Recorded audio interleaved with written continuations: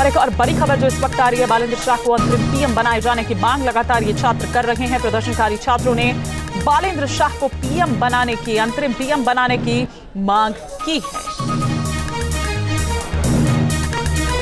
लगातार बालेंद्र शाह द्वारा इनको शांत रहने की लिए अपील की जा रही है। ये कहा जा रहा है कि अब हमें और आपको, क्योंकि जो मकसद था, जो मोटिव था, वो अब पूरा हो चुका है। जो देश का गद्दार था उसने गद्दी छोड़ दी है, उसने इस्तीफा दे दिया। Balen Shah, the mayor of Kathmandu. Should be the next prime. Balen Shah, the mayor of Kathmandu.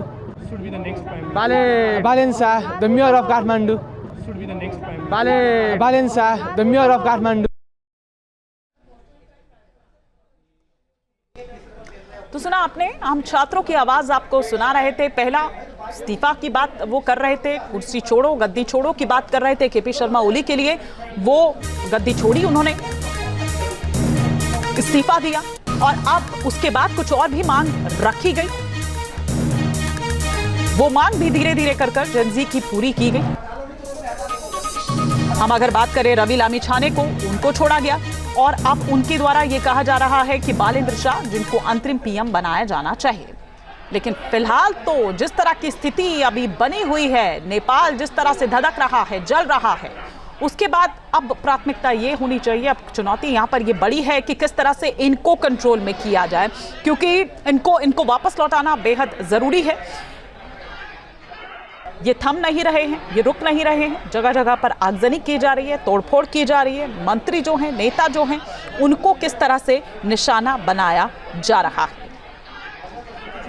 लगातार ये मांग की जा रही है इन्हीं छात्रों द्वारा, इन्हीं जेनजी द्वारा, जिसको आप कह रहे हैं, जिनका ये एक रेवोल्यूशन है।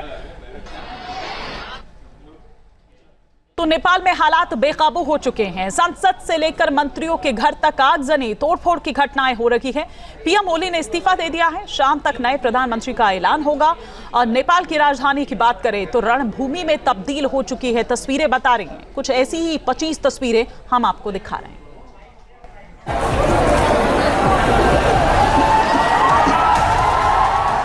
काठमांडू की सबसे खौफनाक तस्वीर, नेपाल के संसद भवन से निकलता आग का धुआं।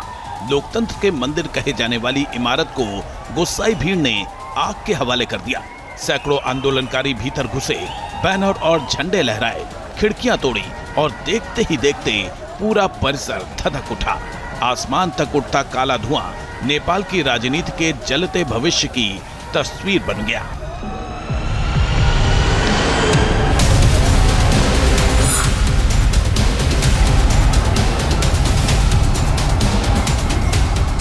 संसद भवन में आगजनी की एक और तस्वीर, जो नेपाल की तबाही का सबूत है।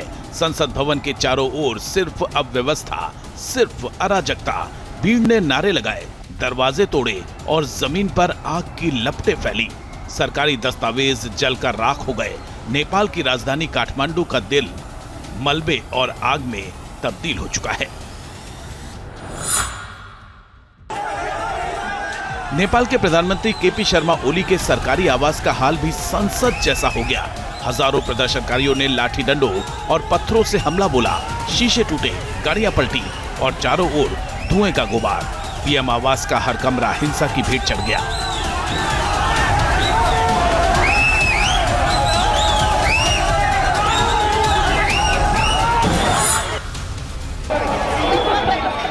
भक्तपुर में स्थित प्रधानमंत्री केपी शर्मा ओली का निजी घर अब सिर्फ जलती राख। गुस्साई भीड़ ने घर की खिड़कियां तोड़ी, फर्नीचर उठाकर बाहर फेंका और आग लगा दी। तस्वीर में कुछ प्रदर्शनकारी चेहरे पर हेलमेट लगाए हुए नजर आए। हर चीज को जलाकर राख बना दिया। अजीब लेकिन डरावनी तस्वीर। इस्तीफे के बाद केपी शर्मा ओली के घर के बाहर आगजनी के बीच डांस करती भीड़, जलते मकान के सामने नारेबाजी और ड्रम की थाप। भ्रष्टाचार के आरोपों से नाराज भीड़ हिंसा के बीच ही जश्न मनाती दिखी। नेपाल का सियासी तूफान इस दृश्य से और खतरनाक लग रहा है।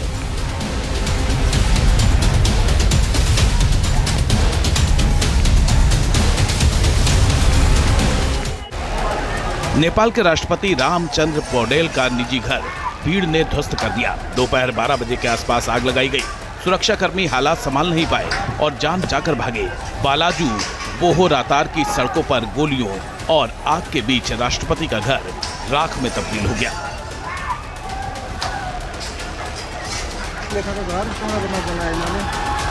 पूर्व गृहमंत्री रमेश लेखक के काठमांडू स्थित घर की तस्वीर देखिए। भीड़ ने हर कमरे को तोड़ा, आग लगाई और बाहर से दरवाजे तक उखाड़ दिए। गुस्से में आए प्रदर्शनकारियों ने घर को राजनीतिक प्रतीक मानकर निशाना बनाया। नेपाल की राजधानी दहशत से थर्रा उठी।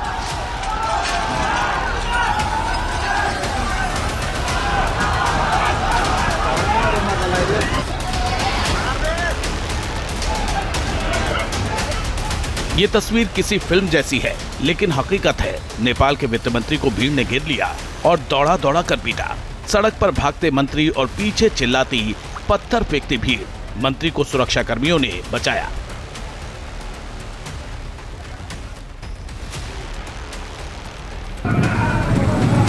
नेपाल की सबसे पुरानी पार्टी कांग्रेस का दफ्तर भीड़ ने जला दिया। बोर्ड और पोस्टर आग में राख हो गए।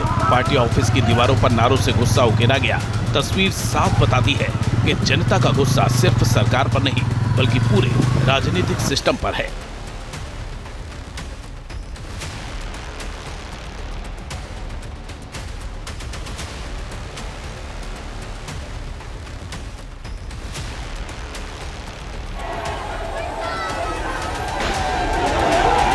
इस तस्वीर में प्रदर्शनकारी आगजनी से पहले ऊर्जा मंत्री के घर से मिले नोट हवा में उड़ाते दिखे। लोग पैसों की गड्डियां लूटते नजर आए। हजारों की भीड़ नोट लहराकर नारे लगाती रही। गुस्से ने नेपाल की सियासत का नकाब उतार दिया।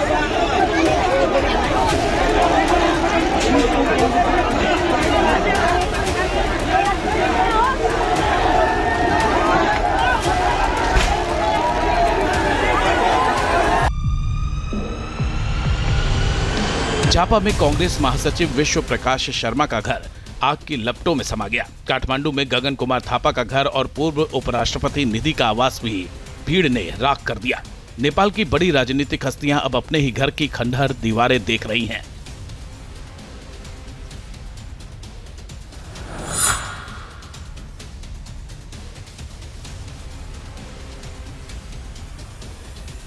ओली की पार्टी का दफ्तर भी नहीं बचा। ललितपुर में स्थित CPN UML पार्टी का दफ्तर हिंसक भीड़ ने जला दिया। चारों ओर बिखरे कागज, टूटे कुर्सी, टेबल और जलती इमारत का खौफनाक दृश्य। नेपाल की सियासी पार्टी का ऑफिस अब सिर्फ राख है।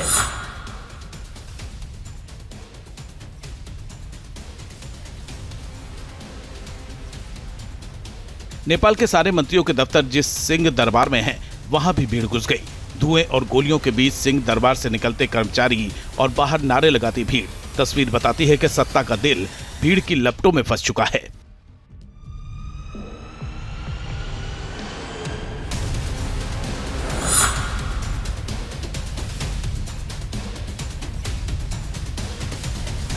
पूर्व पीएम और कांग्रेस अध्यक्ष शेर बहादुर देउवा के घर का नजारा किसी युद्ध स्थल जैसा। टूटी खिड़कियां, जला फर्नीचर और बिखरी संपत्ति। प्रत्यक्षदर्शियों के मुताबिक गेट तोड़कर अंदर घुसी भीड़ ने घर तहस नहस कर दिया।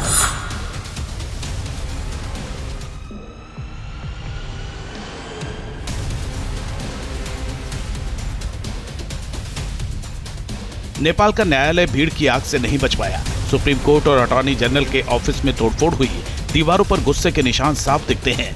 भारत ने इस हालात को देखकर सीमा पर अलर्ट जारी कर दिया।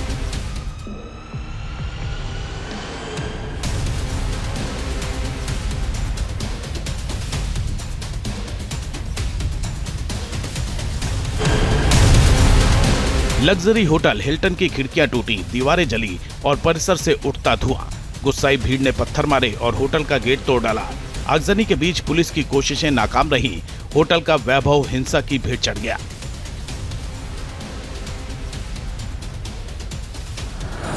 जहां भक्ति है हर शब्द में, कथाओं में छुपे हैं दिव्य रहस्य और ज्योतिष देता है जीवन को दिशा। धर्म से जुड़ी हर बातों को जानने के लिए हमारे चैनल स्तुति को सब्सक्राइब करें। चैनल पर जाने के लिए इस लिंक पर क्लिक करें।